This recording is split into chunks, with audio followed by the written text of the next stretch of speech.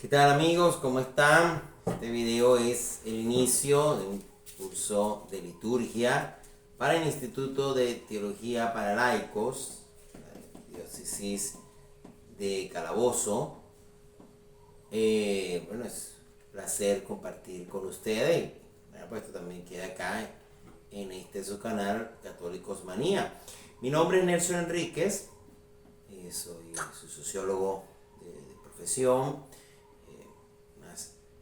maestría, doctorado y especializaciones en el área de ingeniería educativa, en el área de la orientación y también paralelamente unos estudios en el campo de la teología y de la Biblia. Actualmente cursante en la maestría en teología bíblica en el ITER. También sirvo en la iglesia, soy ministro del altar de hace ya un poco más de 25 años. Tengo lectorado instituido, con pronto se queda también acreditado, y vamos en ese camino de formación continua, impermanente, ¿no? Sirvo como ministro, ya lo decía, a través de la celebración de palabras, la celebración de exequias, ayudando en el altar como ministro extraordinario de comunión, soy catequista, hay otros servicios pastorales, un poco para hacer la idea. Estoy en la diócesis de Barinas. Y vamos, como lo decía, un poco a hablar de la liturgia. Y la liturgia es el alma de la iglesia porque la iglesia celebra su fe. Y la iglesia celebra su fe y siendo la Eucaristía el centro y culmen de la vida cristiana. La Eucaristía como esa forma de acción de gracias, de hecho para la Eucaristía significa acción de gracias, y es un sacrificio incruento, que es un sacrificio incruento, porque no hay el sacrificio de sangre, como había en la antigua alianza, que sacrificaban un cordero, un pichón de paloma, un toro, sino que estás sacrificando al propio Cristo, porque se está actualizando, se está conmemorando la pasión, muerte y resurrección de nuestro Señor, que se ofrece nuevamente por nosotros, como sacerdote y víctima a la vez. Y la misa, por supuesto, que es sin duda alguna un encuentro, un sacramento de comunión, como una unión. Esa unión hay que tenerla en dos maneras. Primero, la unión con Dios, con lo divino, porque recibo el alimento que es el cuerpo, sangre, alma y divinidad de nuestro Señor Jesucristo, que entra en mi vida y entro en unión con Él. Esto es muy importante. Pero también la común unión, la unión con los demás, porque los hijos que participan de una misma mesa son todos hermanos. No hay momento, de hecho la comida desde la antigüedad tiene un sentido de alianza, tiene un sentido ritual, porque compartimos de la misma mesa, y si parte de esa mesa se ofrendía a la divinidad, pues se compartía, se entraba en comunión con lo divino. Y entre sí, los hijos de una misma familia parten del mismo pan. No hay momento de mayor igualdad de compartir que cuando comemos juntos. Entonces, si compartimos el mismo pan, nos hacemos hermanos, estamos unidos a la mesa, pero también recibimos la sangre de Cristo. Entonces todos tenemos la misma sangre. Aquellos que tienen la misma sangre, por definición, son familias, son hermanos. Nos hacemos hermanos en Cristo, miembros de la familia de Dios. Por eso el término de comunión, esto es muy importante, ¿no? Que nos entendamos la grandiosidad de la misa. La misa es un adelanto de lo que tendremos al final de los tiempos, momento escatológico, cuando el alma se una con Dios, la unión ya permanente del alma con Dios. Si llegamos al cielo, que debe ser nuestra única meta, y la misa es un anticipo de ello, es vivir ya en la tierra esa visión escatológica por adelantado, ¿no? Y la misa nos va llevando por partes. De hecho, les voy a recomendar, se lo voy a pasar al grupo, la carta de Justino Mártir, donde hace justamente un recuento de cómo era la celebración eucarística en los tiempos apostólicos. Justino es discípulo de Juan, conoce a los apóstoles, y te das cuenta cómo hablaba que se celebra el primer día de la semana, que para ellos era el día del sol, todavía no se llama domingo, domingo será después de la conversión de Constantino, que significa día del Señor justamente, porque Jesús resucita el primer día de la semana, ¿no? Por eso es el paso del sábado al domingo. El sábado era el día del descanso semanal, y ese era a los judíos. ¿Qué pasa el domingo? Porque Cristo resucita el día domingo. Así de sencillo. Ya en los 8 apóstoles tú oyes o lees que se reunían el primer día de la semana para la fracción del pan. Se reunían en las casas, todavía no había templo. Y cuando ves la descripción que hace esta carta de Justino, te das cuenta que es la misma que celebramos nosotros, que comienza pidiéndole perdón a Dios, pues tenemos que reconciliarnos con Dios, tenemos que pedirle perdón de nuestras acciones, que luego se escucha la palabra, lo que llamamos la liturgia de la palabra, esa palabra donde se van alternando libros del Antiguo Testamento con libros del Nuevo Testamento, siendo el Evangelio la parte central, que solamente la proclama el sacerdote o el diácono en la misa. En una celebración de palabra, pues la puede hacer el diácono o el ministro. Y luego hay la prédica, donde se explica en la homilía lo que ese mensaje nos quiere decir de nosotros, se actualiza el mensaje, se hacen las preces, que son la oración de fieles, como nosotros la llamamos, ya, o sea, la carta dice eso. Y luego viene el momento de ofrendas. Ofrendar es darle a Dios. La primera gran ofrenda es la ofrenda de mi corazón, la ofrenda que comparto, el dinero. Ya incluso él habla de la colecta, que es una forma de compartir mis bienes materiales que van a servir para el sustento de la iglesia y también para la ayuda a los más pobres. El sentido propio de la colecta, que es de dar y darse. Pero la ofrenda por excelencia es el pan y el vino, porque justamente en todo culto se ofrendaba aquello que iba a ser sacrificado. ¿Okay? En este caso ofrendamos el pan y vino, que van a pasar a ser, en el momento de la consagración va a ocurrir un milagro, que es el milagro de la transustanciación, es decir, el cambio de sustancia, donde ese pan y vino, sin dejar de tener las apariencias, forma y sabor del pan y el vino, pasan a contener la misma sustancia del cuerpo, sangre, alma y divinidad de nuestro Señor Jesucristo. La transformación de sustancia, cuando el sacerdote repite las palabras de Cristo en la cena. Es ofrendado ese fruto de la tierra, el trabajo del hombre, como es el pan y el vino, para que el sacerdote haga lo propio en el momento de la consagración. Podemos, todo esto ocurre en el altar es el sitio, es la mesa donde se hace el sacrificio. El altar ya está presente en la liturgia judía, también en ritos paganos, y la figura del sacerdote. El sacerdote es aquel que ofrece sacrificios a la divinidad en nombre del pueblo. Eso es lo que siempre va a hacer un sacerdote, y es lo que hace nuestro sacerdote. Pero lo que está ofreciendo no es un cordero, no es un animalito, sino que es al propio Cristo. Por eso iba a decir, este es el Cordero de Dios que quita el pecado del mundo. Una vez que ya Cristo está presente, toda la consagración, viene propiamente la liturgia de la comunión, que va a comenzar con el rezo del Padre Nuestro, que es la oración del Señor, la oración que Cristo nos enseñó, la oración dominical, porque proclamamos que Dios es nuestro Padre, y si es nuestro Padre, todos somos hermanos. El saludo de paz viene para reafirmar esa hermandad. Es un momento que se hizo sobre todo por términos de reconciliación. Si yo tengo a alguien con una persona, pues vamos a resolver la diferencia para poder comulgar en paz. Finalmente se recibe la comunión. El sacerdote da la bendición y es lo que llamamos la misa, que es el envío propiamente. La misa empieza cuando termina la celebración eucarística, porque yo salgo a vivir afuera a extender lo que he vivido en la Santa Misa. Eso es importante. En el caso nuestro, el sacerdote por excelencia es Cristo, el sumo y eterno sacerdote, sacerdote y víctima a la vez.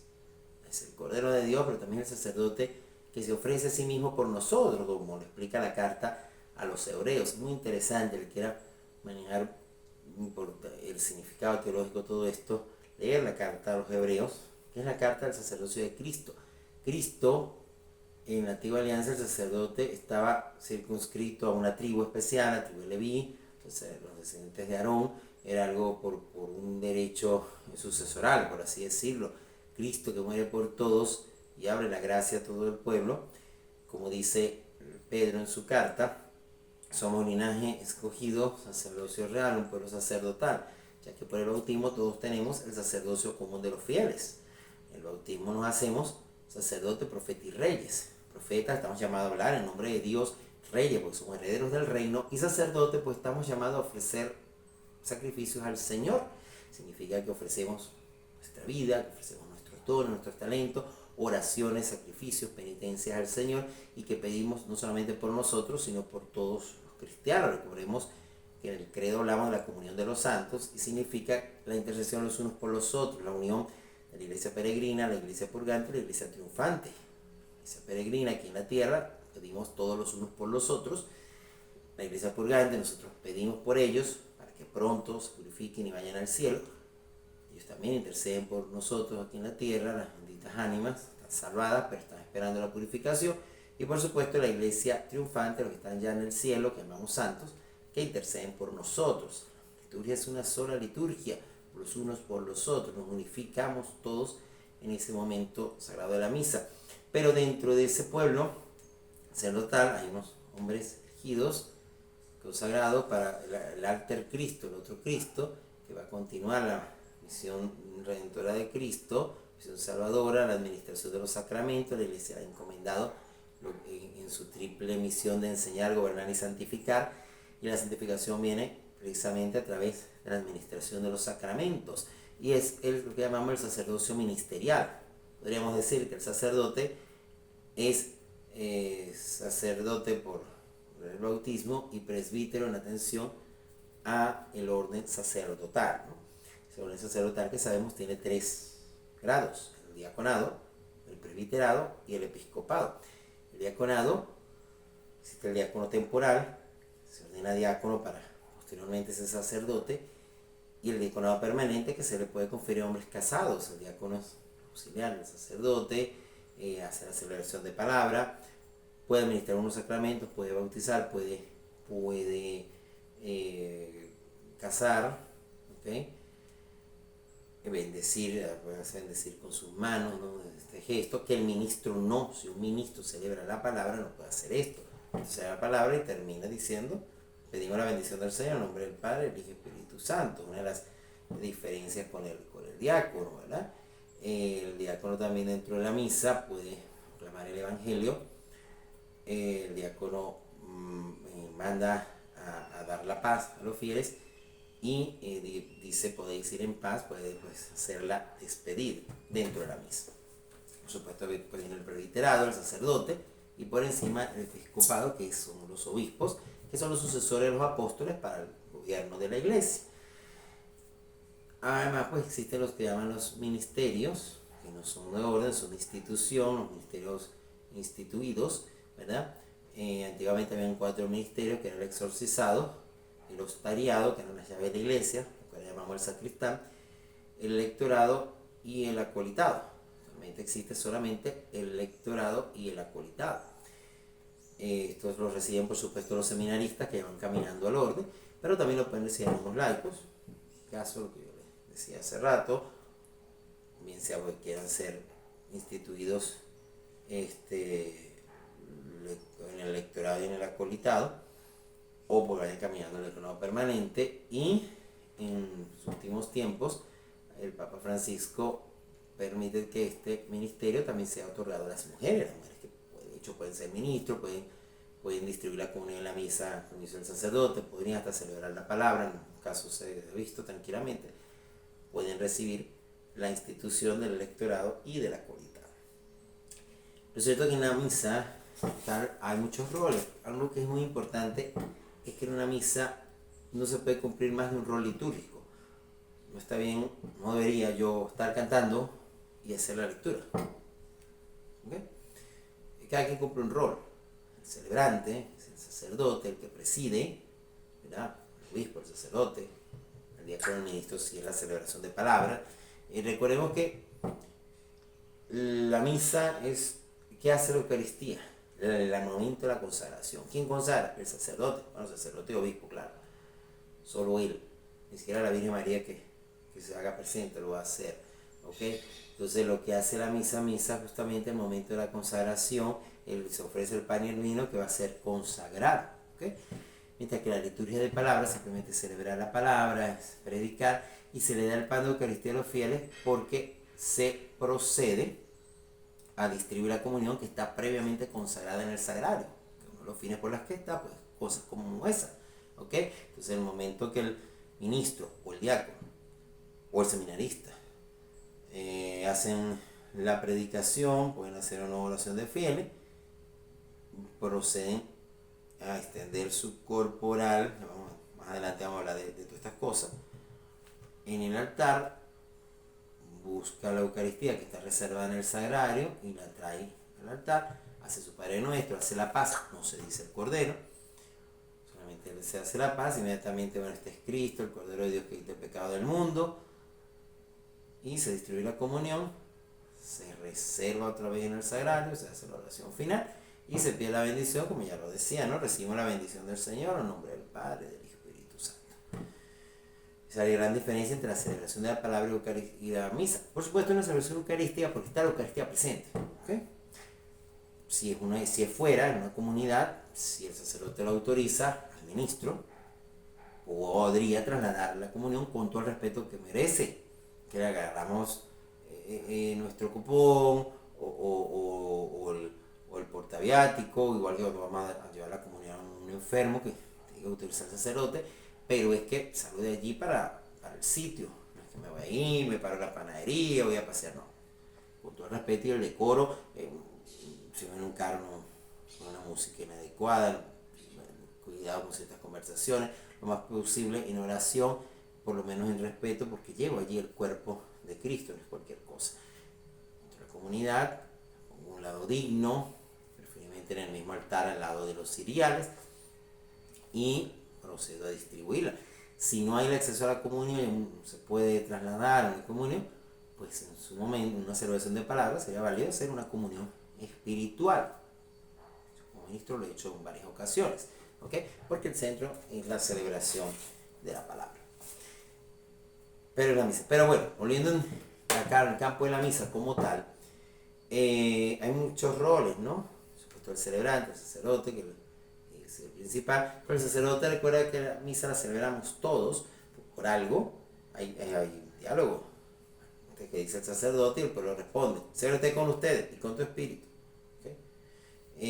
Está por supuesto el monaguillo niño, el monaguillo que es aquel que trae los objetos litúrgicos desde la credencia hasta el altar. ¿Okay?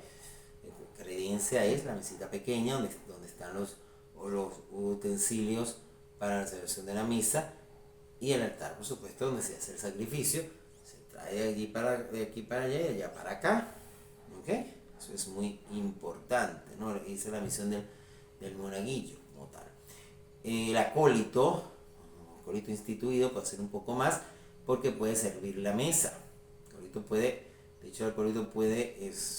poner el Santísimo con la custodia, el Santísimo también, y puede servir la mesa, es decir, extender el corporal, servir el vino, servir el agua, las hostias se van a consagrar y dejarlo allí para el sacerdote haga la consagración, y luego al final pues también recoge las hostias que quedan en el copón para ser reservado, luego se toma el vino, que es lo que sería la purificación, echa un poco de agua en el cáliz y la termina secándolo ya para que quede purificado, y vuelve a poner todos los vasos de tal manera que se han llevado la credencia. Eso puede hacer el acólito, por supuesto el diácono y por supuesto el sacerdote.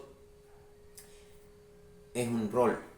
Los lectores, que ocupan un rol por supuesto importante, por supuesto que van a, más que leer, no usted hace eso de leer, es proclamar la palabra.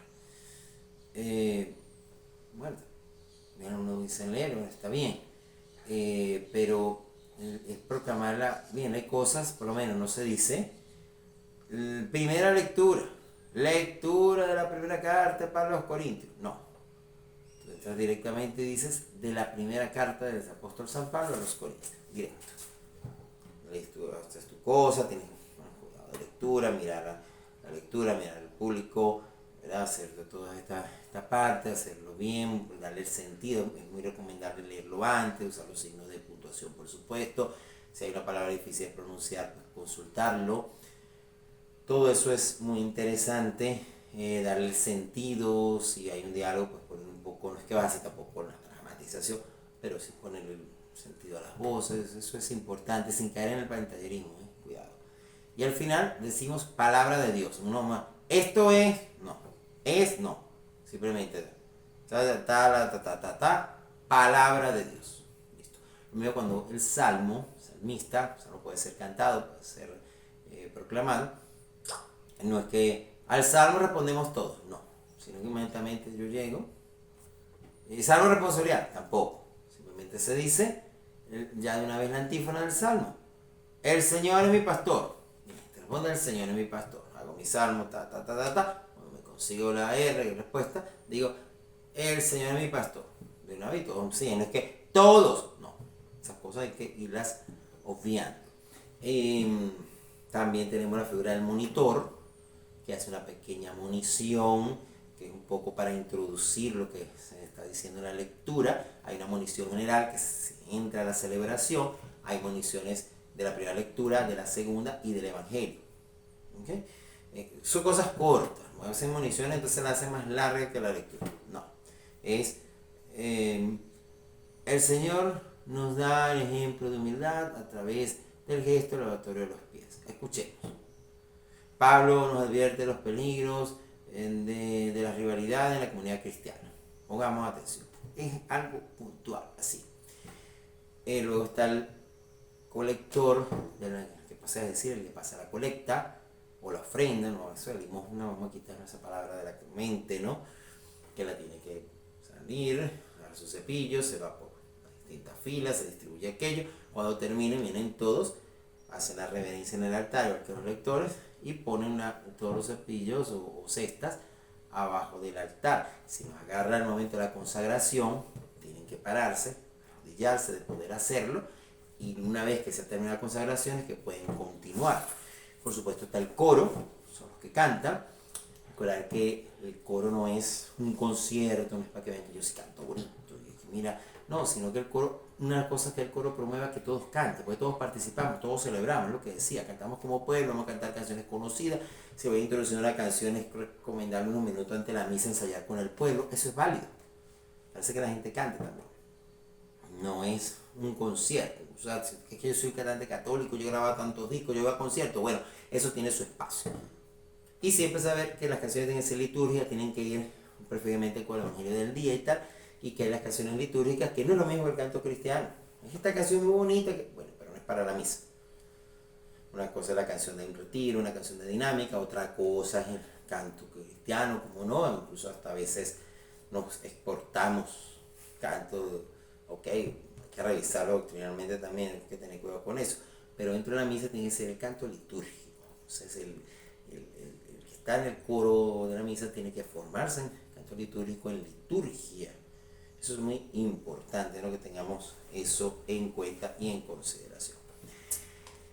Bueno, nada, eso es un poco lo que con eso de los roles. Por supuesto, dentro también a veces en misas más solemnes, dentro de los mismos ministros o acólitos como aquellos que acompañan al sacerdote, al celebrante, o los seminaristas cuando están también, hay varios momentos o roles que pueden irse. El acólito es el que, como decía, trae, lleva, ¿no? De la creencia al altar, del altar a la credencia, ¿no? El acólito niño, por decir, el que solamente trae. El acólito instituido, el que sirve y purifica, como decía hace rato. Otro rol, disculpe, pero molesta el ojo. Otro rol es por lo menos el portalibro, los que tienen aquí el misal, sobre todo los sacerdotes que comienzan desde la sede. Ya después vamos a hablar de todas esas cosas con su nombre y su uso en algún momento, ¿no? Pero importante, ¿no? Porque a veces el sacerdote puede comenzar la misa desde la sede, que puede tener un atril como puede tener un portalibro en el que le sostenga su bien sea el misal o bien sea lo que se llama el libro de la sede, que solamente tiene oraciones iniciales y finales, y puede terminar y dar la bendición desde la sede para solamente venir al altar a la consagración y a la liturgia de la comunión. Eso es válido. ¿Cómo puede ser que todo lo hagas en el altar? ¿Okay? Eso va a depender mucho del celebrante. Pero está el portalibro, está el portamicrófono, se encarga de tener el micrófono al sacerdote en los momentos, sobre todo que tiene su mano extendida, gesto que solamente hace el sacerdote. Padre nuestro, extendemos todas las manos y nos damos. No, el gesto del laico, el gesto incluso de los ministros, es este. El sacerdote el que extiende las manos, porque esta es posición de ofrecimiento, es algo sacerdotal.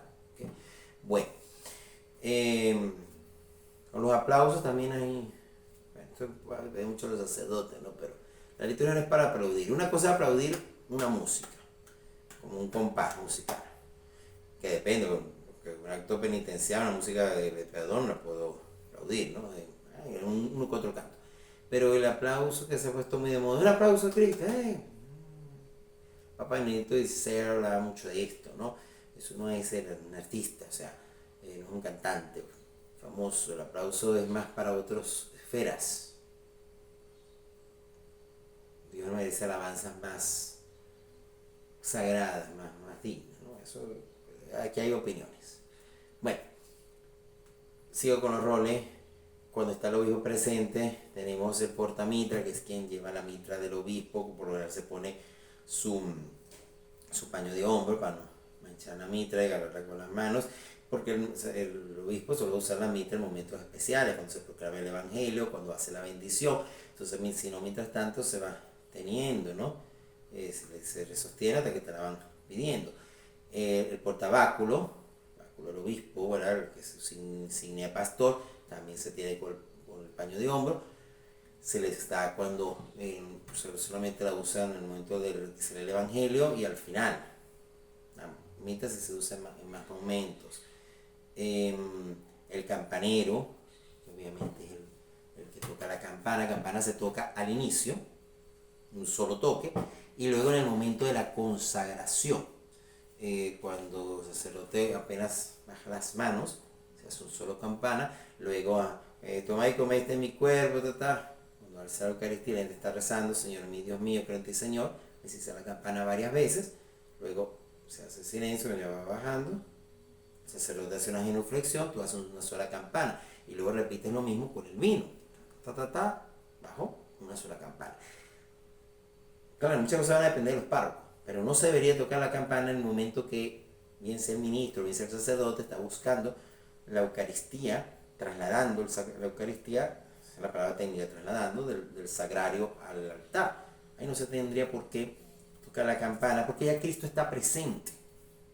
Se hizo presente, la campana es una alegría que Cristo se ha hecho presente, y ya Cristo está presente. Si Cristo está presente, no habría por qué, porque ya en el momento de la consagración, y para eso se tocó. Ahora, cuando se celebra la palabra, tú predicas y inmediatamente vas y buscas el Santísimo para poder hacer la liturgia de comunión, que es lo que hace el diácono o el ministro, sería válido hacer 3 campanazos mientras traslada el Santísimo, 1, 2, 3, porque está haciéndose presente la Eucaristía, que previamente está consagrada y reservada en el Santísimo. Se traslada al altar y luego cuando se distribuye la comunión, se termina. El tema de la comunión en la mano está permitida por la iglesia. Puedes poner la mano, puedes comulgar en la boca. Lo que pasa es que hay que tener mucho cuidado con la mano. El problema no es que se comulgue en la mano. No, porque las manos, oye, la lengua es peor que la mano, es pecaminosa. No somos nunca dignos. Cristo se hizo hombre. Al principio de la comunión era tomad y comed, este es mi cuerpo. Hay una carta muy interesante de San Cirilo de Jerusalén, que es del siglo IV, donde ya hablaba de comulgar la mano. Decía, era poner la mano como un trono, poner encima la otra, se recibía en la palma de la mano y pues con mucho decoro se agarraba y se consumía. Lo que pasa es que hay que preparar al pueblo para comulgar la mano. Hay gente que llega y te hace así, o te pone así como si te estuviera pidiendo una moneda. O si no se pone a buena distancia, tiene que acercarse, es más peligro que se caiga, pero también a veces comulga y no termina en la boca y se cae la comunión. Hay que estar muy precavido. Digo, que alguien no te la agarre y no comulgue, sino que se la lleva porque la quieren usar para otras cosas, que ya sabemos. Entonces, hay que tener cuidado y formar el pueblo para comulgar la mano. Si generalizamos con la boca, pues es menos problema, ¿no? Pero no podemos dejar comunión en la mano como tal. Eso es importante, ¿no?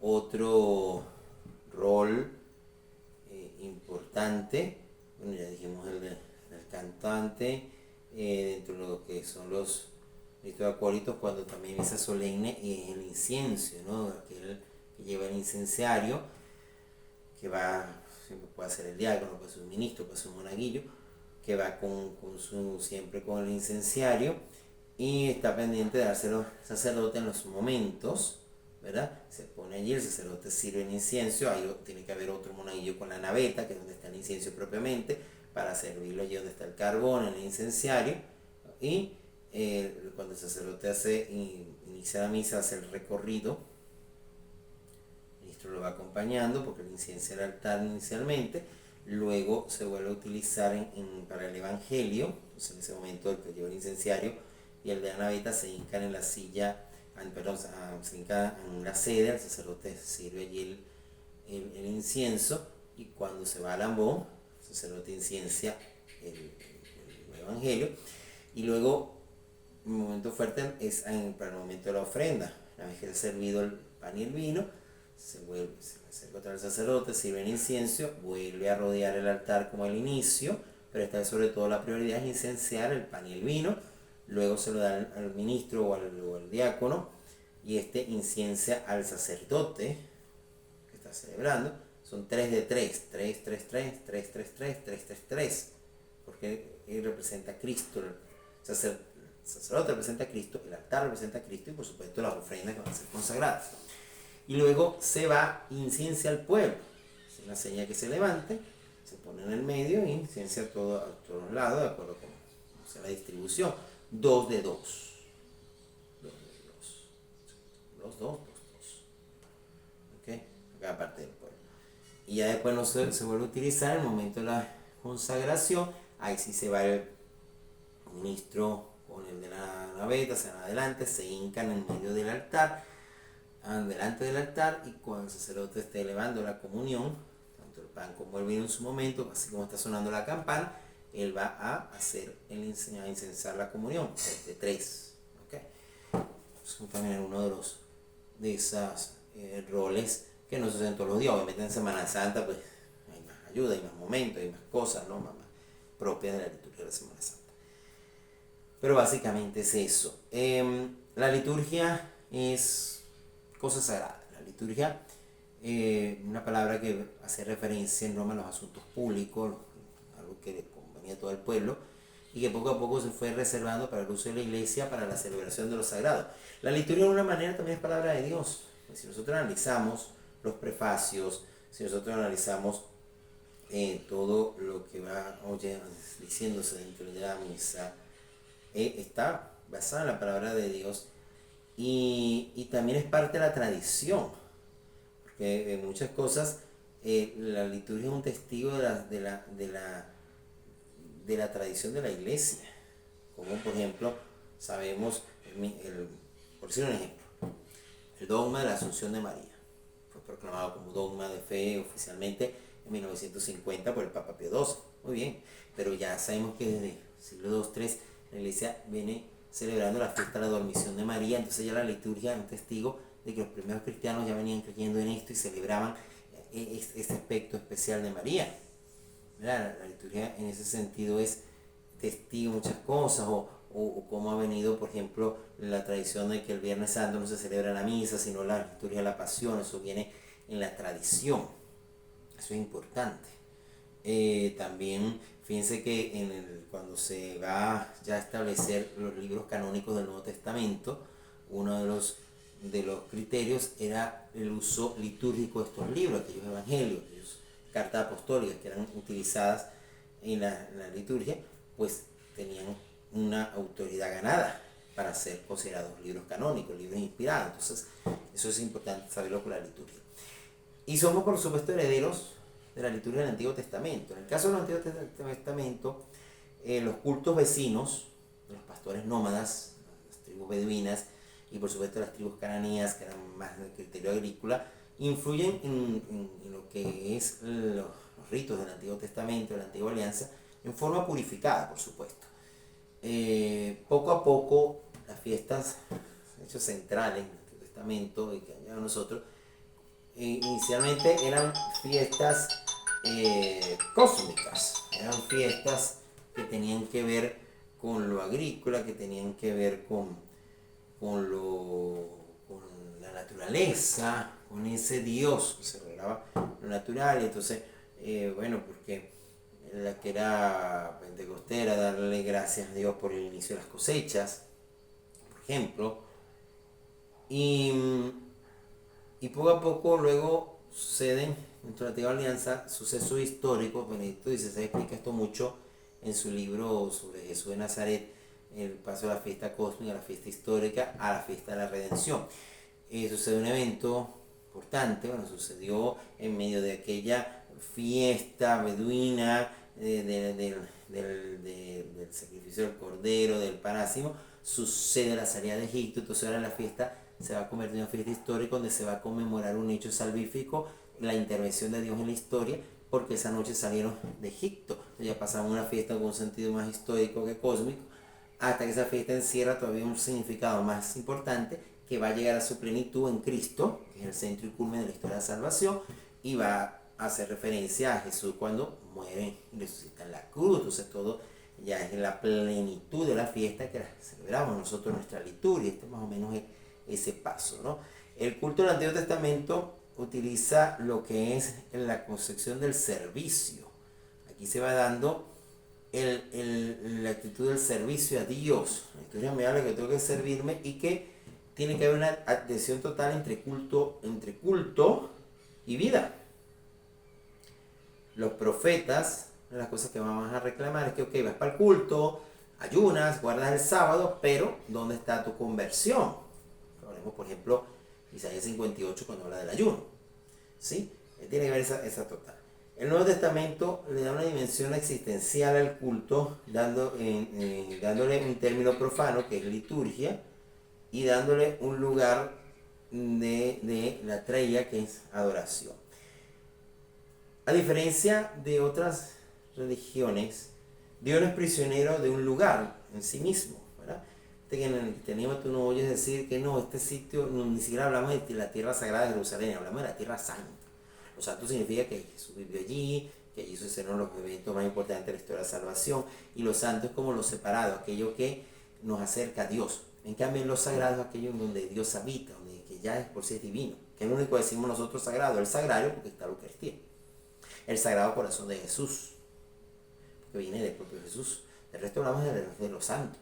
¿Okay? Cuidado con eso. Entonces, Dios no es prisionero de un lugar, no es un lugar sagrado, es un lugar santo. Porque es un lugar de culto, el lugar donde se tiene la experiencia divina. Lo sagrado es lo que ilumina el servicio de la vida y Dios como Señor de la historia. Entonces, se hacen las fiestas más para recordar el sentido de la vida y la historia en forma simbólica. Es un drama litúrgico donde conmemoramos ese sentido de la vida y cómo Dios va interviniendo en la vida del hombre en forma simbólica. Dios se revela en la historia en lugar de revelarse en la naturaleza pagana. Los paganos veían, al mirar la fuerza de la naturaleza, mira el sol, mira la luna, mira las estrellas, mira, ocurre el invierno, ocurre la primavera, ocurre el verano, hay una alusión, la naturaleza muere, la naturaleza resucita, y en base a eso hacían su culto y hacían sus mitos, y los dioses tenían forma de animales y todas aquellas cosas, ¿no? Admiraban la creación, no fueron capaces, diría San Pablo, de descubrir al creador, sino que adoraron la criatura. En cambio, en la liturgia judía, y por supuesto, con mayor razón la cristiana, va a darle sentido a la intervención de Dios en la historia del hombre. El templo es un lugar donde nos citamos con Dios. Digamos que la liturgia cristiana consagra más el tiempo que el espacio. Por eso hablamos de un año litúrgico, que va a ser un tema, va a ser el tercer tema que vamos a tener, ¿verdad? Fíjate que el sábado tiene un sentido de éxodo semanal. Así como los judíos salieron de la esclavitud, y se fueron por el desierto y llegaron a la tierra prometida y entraron en el descanso del Señor. Así también nosotros al final de nuestra vida vamos, peregrinamos en la tierra y vamos a tener el descanso cuando lleguemos a la patria celestial. Y eso lo vivimos en el día sagrado. El sábado, el sábado para el judío, porque era el día que descansó, es decir, terminó la obra de Dios. Ya dije al inicio porque vamos para el domingo, pero representaba el éxodo semanal. Toda la semana trabajando, se había un parado y íbamos al templo en forma de peregrinación y se entraba en ese descanso de comunión con Dios, ¿verdad? Es una reunión representa, ya anticipa la reunión festiva al final de la historia. Ese es el significado santo. La liturgia es una memoria. Fíjate que hablamos de conmemorar, No decimos que conmemoramos el nacimiento de Cristo, no decimos que recordamos el nacimiento de Cristo, sino que lo conmemoramos, igual en la pasión, muerte y resurrección. Porque recordar lo que ya pasó, no, conmemorar lo que hacemos presente, actualizamos, vuelve a pasar. Históricamente no va a volver a nacer, no se va a crucificar de nuevo, pero actualizamos su significado y tiene un sentido y se sigue actualizando en nosotros. Entonces es una memoria, recordando estos hechos, pero también es una profecía, porque adelanta la parte escatológica, eso se los decía al inicio. Y es un encuentro pleno que se da en el Nuevo Testamento, ¿verdad?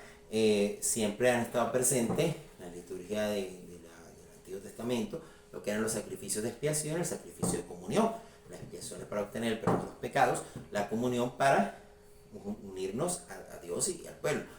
En la misa están esas dos partes, ¿no? Ya lo decíamos, y aparte que los sacramentos pues están más discriminada la cosa. Recordemos que los sacramentos, ya de por sí los 7 sacramentos se dividen en 3 grupos, ¿verdad? Y uno de ellos es la iniciación cristiana, que es el bautismo, la comunión y la confirmación, el servicio a la comunidad, que es el matrimonio y el orden sacerdotal, y la sanación, que es el orden la sanación, que es la confesión y la unción de los enfermos. Eso es muy importante, ¿no? Que lo tengamos siempre en consideración. Lo mismo, ya un poco finalizando, recordar siempre que todo sacramento, celebración, tiene su ministro ordinario y su ministro extraordinario. ¿Okay? Por ejemplo, la confirmación tiene el ministro ordinario, es el obispo. ¿Quién es el ministro extraordinario? Un sacerdote debidamente delegado, casi siempre el vicario, que si por un motivo el obispo no puede, lo delega. ¿Okay? Eso en el caso de confirmación. En el caso de la Eucaristía, como tal, el sacerdote el sacerdote y el obispo son por lo general el ministro ordinario, solo ellos consagran, la misa no puede hacer más nadie. Lo que haría el ministro extraordinario, ¿verdad? El ministro laico, es la celebración de palabras que con la autorización del sacerdote puede distribuir la comunión. Si el sacerdote se dice, usted no me distribuye comunión, ¿por qué motivo hoy? Pues haría comunión espiritual, o solamente haría la celebración de palabras. En este caso, el ministro ayuda a distribuir la comunión dentro de la misa. No debería nunca sustituir al sacerdote que quedó sentado, a menos que sea que el sacerdote se sienta mal. No debería ser. Es ayuda, y cuando sea útil, por razones de tiempo y mucha gente, bueno, colabora, ayuda allí. Si no, se queda sentado. ¿Okay? Por eso es que es extraordinario, ¿verdad? Lo mismo cuando lleva la comunión a un enfermo, ¿okay? Por eso se habla del ministro extraordinario de la comunión. Diácono, pues, en este caso es ministro, pero también de la celebración de palabras. En el caso del matrimonio, tanto el sacerdote como el diácono son los ministros ordinarios, lo mismo que el bautismo. ¿Okay? Pero caso del bautismo, en caso de emergencia, puede bautizar cualquier persona. Pero ¿qué haría? ¿Cómo lo haría? Se está muriendo alguien, niño, anciano, no está bautizado, cualquier persona toma agua, preferiblemente bendita, y va y le dice, yo te bautizo en el nombre del Padre, del Hijo y del Espíritu Santo. Pone el agua. Si la persona muere bautizada. Si no muere, se lleva al templo, se le explica lo sucedido y el sacerdote o el diácono harían los ritos complementarios, haría el santo crisma, los catecúmenos, pero ya no pondría el agua. Queda costumbre que se meten en Venezuela, sobre todo en unas regiones, de que si se le pone el agua a un muchachito pero ya no bautizar, está mal, no se hace, porque estamos haciendo casi que un rebautizo. Eso no es lo ideal, eso no es lo lógico. Lo lógico es bautizar. El agua es en momentos de emergencia. Lo que pasa es que eso viene de tradiciones, cuando había pocos sacerdotes en los montes, que no hay sacerdotes, o sea, la gente pues impone el agua. Tiene un sentido, lo tuvo en un momento, sobre todo cuando Guzmán Blanco expulsó a los sacerdotes de Venezuela, entonces no había sacerdote, la gente mantuvo así su fe, pero ya eso se quedó como una costumbre que no debe ir, que a veces es una profanación del sacramento. En momentos de emergencia solamente, ministro extraordinario. Lo que pasa en el matrimonio, por un caso muy excepcional, que está en un campo por allá, en un sitio donde no hay sacerdotes y nada, se puede autorizar a un ministro laico a hacer testigo cualificado del matrimonio, pero normalmente eso le corresponde al sacerdote y al diácono. Recordemos que en realidad el ministro del matrimonio son los esposos. El sacerdote o el diácono son en este caso testigos cualificados de la iglesia. Los ministros son los esposos, que son los que dan el siente ante Dios y son justamente los que dan la celebración del sacramento. Y con el caso de la unción de enfermos, la unción de enfermos solo la pone el sacerdote, ni siquiera el diácono, solo el sacerdote, porque la unción de enfermos lleva por sí mismo el perdón de los pecados, lo mismo que la confesión, no lo puede hacer nadie. ¿Ok? Pues una persona te acerque y consolarla, orientarla, pero puedes oírle pecado, mucho menos darle la absolución. Eso lo hace el sacerdote, ni siquiera el diácono. ¿Okay? Lo mismo la unción de enfermo. Pero ¿qué podemos hacer si hay una persona que está muriendo? El sacerdote por un motivo no puede llegar allá. ¿Qué podemos hacer nosotros como laicos? La parte extra, porque la salvación tiene canales ordinarios y canales extraordinarios. Bueno, ¿qué podemos hacer? Y ayudarlo a bien morir. O sea, ayudar a que esa persona, si está consciente, llevarlo a que haga un acto de contrición sincero, de corazón. Llevarlo a ese nivel, de un buen examen de conciencia, y hacerle unas oraciones de la buena muerte, entregárselo a San José, que es patrón de la buena muerte, San Miguel Arcángel, rezarle las 7 palabras, la coronilla de misericordia, pero llevarlo a eso. Si la persona no está consciente, está en una terapia intensiva, no está consciente, usted se va a acercar a esa persona, a hablarle al oído, le va a decir, si eres capaz, si me oyes, puedes estar arrepentido de tus pecados, sigue la oración mentalmente, en el espíritu, porque el alma se oye. Y tú haces el acto de contrición por ella. Y cuando te aseguras que esa persona está contigo, y eso, en caso, sería un canal extraordinario de salvación. Es lo que puedes hacer. Y si, trata de evitar no llegar a eso, de traer el sacerdote con tiempo, si se salva, lograr que venga posible, pero tampoco ayudar que se mueran sin ese auxilio espiritual, un poco esa misión. El ministro laico es un delegado sacerdote en cierta forma, ¿no? Por lo menos la celebración de exequias, que es una celebración de palabra, pero con el cuerpo presente, ¿verdad? Al final, pues se va a hacer los responsos correspondientes, se rocía con agua bendita el féretro, porque ese rocío con agua bendita es un recuerdo del bautismo. Y lo que comenzó en el bautismo tiene su plenitud. Recuerde que tenemos 3 días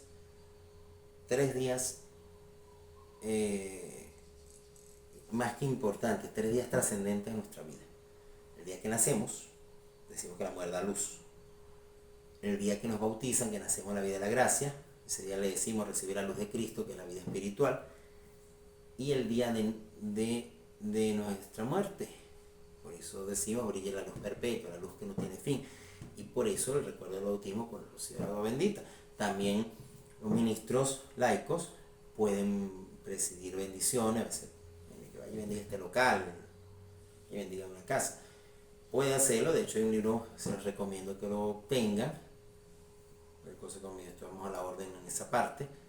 Se llama El Ritual para Laicos, que tiene tiene la guión de celebración de palabra, tiene guión de exequias, tiene cómo hacer un bautizo en caso de emergencia, y tiene las bendiciones que los laicos podemos en este caso presidir, porque la bendición viene de la idea sacerdotal del bautismo, es un uso común de los fieles, todos bendecimos, por si y la bendición no es un sacramento, la bendición es un sacramental. Cuando el papá y la mamá bendice a su hijo, está ejerciendo sacramental sobre ellos, lo está bendiciendo. Cuando bendecimos la mesa que comemos, o sea, es orar. Claro, si el ministro laico va a bendecir un local, que lo mandaron allá, no es que va no, eso no, pues es un gesto sacerdotal o diaconal. ¿Qué hace el ministro? Hace una oración de bendición, una oración propia que trae el ritual, que es bendición para un negocio, que para una casa, etc. Y lo sea con agua bendita. El ministro laico siempre debe tener un agua bendita para esos efectos, ¿no? Después de una celebración se acercó a alguien, ¿se me pueden decir la imagen? ¿Sí? No es que va, no, sino, bueno, Señor, te pedimos que vean esta imagen con los ojos del cuerpo, los lleve a los ojos de la fe. Jesucristo nuestro Señor, o sea, por agua bendita, simplemente tengo mis aguas que están siendo bendecidas por el sacerdote en la vigilia pascual, y va pues resolviendo. Por hoy es un poco la parte introductoria de lo que es la liturgia. Quedamos en el grupo para cualquier pregunta que quieran realizar.